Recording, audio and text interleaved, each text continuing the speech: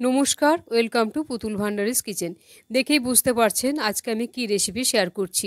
আজকে কামরাঙার দারুণ মুখরোচক চটপটা টক ঝাল মিষ্টি একটা রেসিপি শেয়ার করছি। রেসিপিটা সম্পূর্ণ দেখার অনুরোধ জানালাম।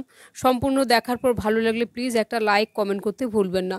আপনাদের একটা লাইক কমেন্ট আমাকে রান্নার অনুপ্রেরণা দেয়। আপনাদের প্রত্যেকটা কমেন্ট যখন আমি পড়ি ভীষণ আমার ভালো লাগে। আর আপনি যদি আমার চ্যানেলটিকে সাবস্ক্রাইব না করে থাকেন, আপনাকে আমার চ্যানেলটিকে সাবস্ক্রাইব করে নেওয়ার জন্য অনুরোধ জানালাম। আর যারা পুতুলের কিচেনকে সাবস্ক্রাইব করে আমার পাশে আছেন তাদেরকে অসংখ্য অসংখ্য ধন্যবাদ জানাই।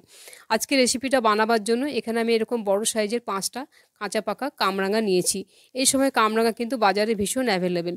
কামরাঙাগুলো খুব পরিষ্কার করে ধুয়ে একেবারে জলটা মুছে রেখেছি যাতে কোনো রকম এক্সট্রা জল না থাকে। মুখের পাটটা সামান্য একটু কেটে বাদ দিয়ে দিলাম আর পিছনের পাটটা একটু কেটে বাদ দেবো। এইভাবে একটু মোটা মোটা করে গোল গোল স্লাইস করে কেটে নিচ্ছি। এইভাবে গোল গোল স্লাইস করে কাটলে কি হয়, একেবারে স্টারের মতো হয় পিসগুলো, দেখতে ভীষণ ভালো লাগে।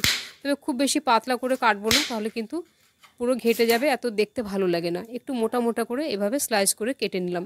প্রত্যেকটা কামরাঙাকেই এভাবে আমি কেটে নিচ্ছি আর এই পিছন পাটগুলো ফেলে দিলাম। এইভাবে সমস্ত কামরাঙাগুলো কেটে নিয়ে দেখুন দেখতে কি ভালো লাগছে, এতটাই লোভনীয় যেগুলো শুধু শুধুই মনে হচ্ছে সব খেয়ে নিই। আর এগুলো শুধু শুধু খেতেও ভীষণ ভালো লাগে। এই সময় কামরাঙা বাজারে খুব বেশি পাওয়া যায়। এই সময় কামরাঙা রেসিপিটা যদি একটু বানিয়ে রাখেন তাহলে এটা কিন্তু অনেক দিন পর্যন্ত স্টোর করে রাখা যায়, আবার এমনি চাটনি হিসেবেও রোজ এটা বানিয়ে খাওয়া যায়। আজকে আমি যে কামরাঙা রেসিপিটা বানাবো একটা বিশেষ মশলা দিয়ে বানাবো, সেই মশলাটা আমি তৈরি করার সময় দেখিয়ে দেবো। এখন আসছি রান্নায়। গ্যাস অন করে দিচ্ছি 1 টিস্পুন সর্ষের তেল। চাটনি বা আচার কিন্তু সর্ষের তেলে করলেই ভালো হয়। দিয়ে দিলাম 1/2 টিস্পুন 5 ফোড়ন আর দিচ্ছি একটা শুকনো লঙ্কা। 2-3 সেকেন্ড এটাকে নাড়াচাড়া করে নেব। দেখব ফোড়নটা থেকে বেশ যখন সুন্দর গন্ধ বেরিয়ে যাবে তখন টুকরো করে কেটে রাখা আমি কামরাঙাগুলো দিয়ে দিলাম। গ্যাসের ফ্লেমটা এখন আমি মিডিয়ামে রেখেছি, একটু বেশ ভাজা ভাজা করে নিচ্ছি। এখন কিন্তু নুন দিয়ে দেবো না, নুন দিলে এগুলো ভাজা যাবে না, সঙ্গে সঙ্গে জল ছেড়ে দেবে, তাই নুনটা আমি পরে দেবো। যখন বেশ এরকম একটু হালকা হালকা কালার হয়ে আসবে তখন আমি নুনটা দেবো। একটু ভেজে নিলে কী হবে, কামরাঙাগুলো রান্নার পরে ঘেটে যায় না। এখন পরিমাণ মতো নুনটা দিয়ে দিলাম। কামরাঙা কিন্তু খুব বেশি টক হয় না, সেই পরিমাণ বুঝে নুন অ্যাড করবেন। কালারের জন্য সামান্য একটু কাশ্মীরি লঙ্কা দিলাম আর 1/2 টিস্পুন হলুদ দিয়ে দিলাম। এখন আবারও খুব ভালো করে নুন হলুদ লঙ্কা গুঁড়োটা দিয়ে একটু ভাজা ভাজা করে নিচ্ছি।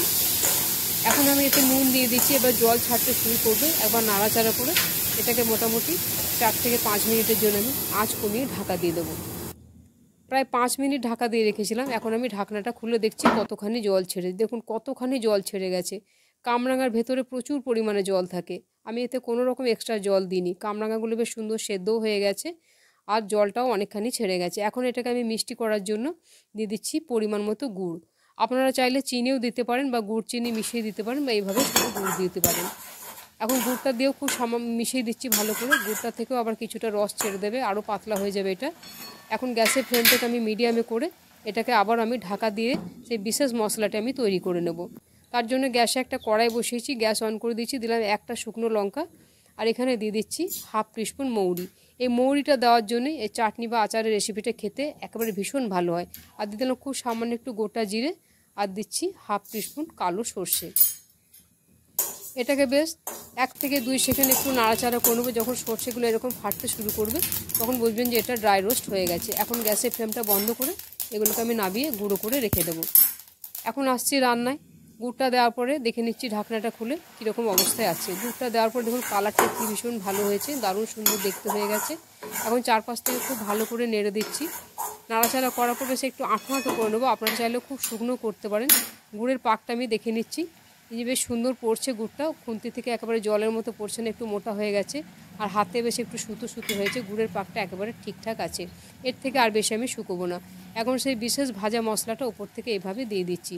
মশলাটা দেওয়ার সাথে সাথে আমি গ্যাসের ফ্লেমটা অফ করে দিলাম, তাহলে মশলার গন্ধটা বেশ সুন্দর হবে। এবং হালকা হাতে একবার মিশিয়ে দিলাম। হালকা হাতে মিশিয়ে দেওয়ার পরে এটাকে আমি 1 থেকে 2 মিনিট এইভাবে স্ট্যান্ডিং টাইমে ঢাকা দিয়ে রেখে দেবো, তাহলে মশলার গন্ধটা আচারের সাথে বা চাটনির সাথে খুব ভালোভাবে মিশে যাবে। এইভাবে একবার কামরাঙা রেসিপিটা করে দেখবেন, এটা খেতে অসম্ভব টেস্টি হয়।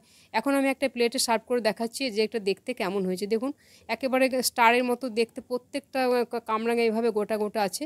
যখন পরিবেশন করবে দিতে বা দেখতে ভীষণ ভালো লাগবে। তাহলে আজকে কামরাঙা রেসিপিটা আপনাদের কেমন লাগলো প্লিজ একটা লাইক শেয়ার কমেন্ট করে আমাকে জানাতে ভুলবেন না। আর আপনি যদি আমার চ্যানেলটিকে সাবস্ক্রাইব না করে থাকেন প্লিজ আপনি আমার এই ছোট্ট চ্যানেলটিকে সাবস্ক্রাইব করে আপনি আমার পাশে থাকবেন। আবার অন্য কোনো দিন দেখা হবে অন্য কোনো রেসিপিতে। সবাই ভালো থাকবেন। নমস্কার।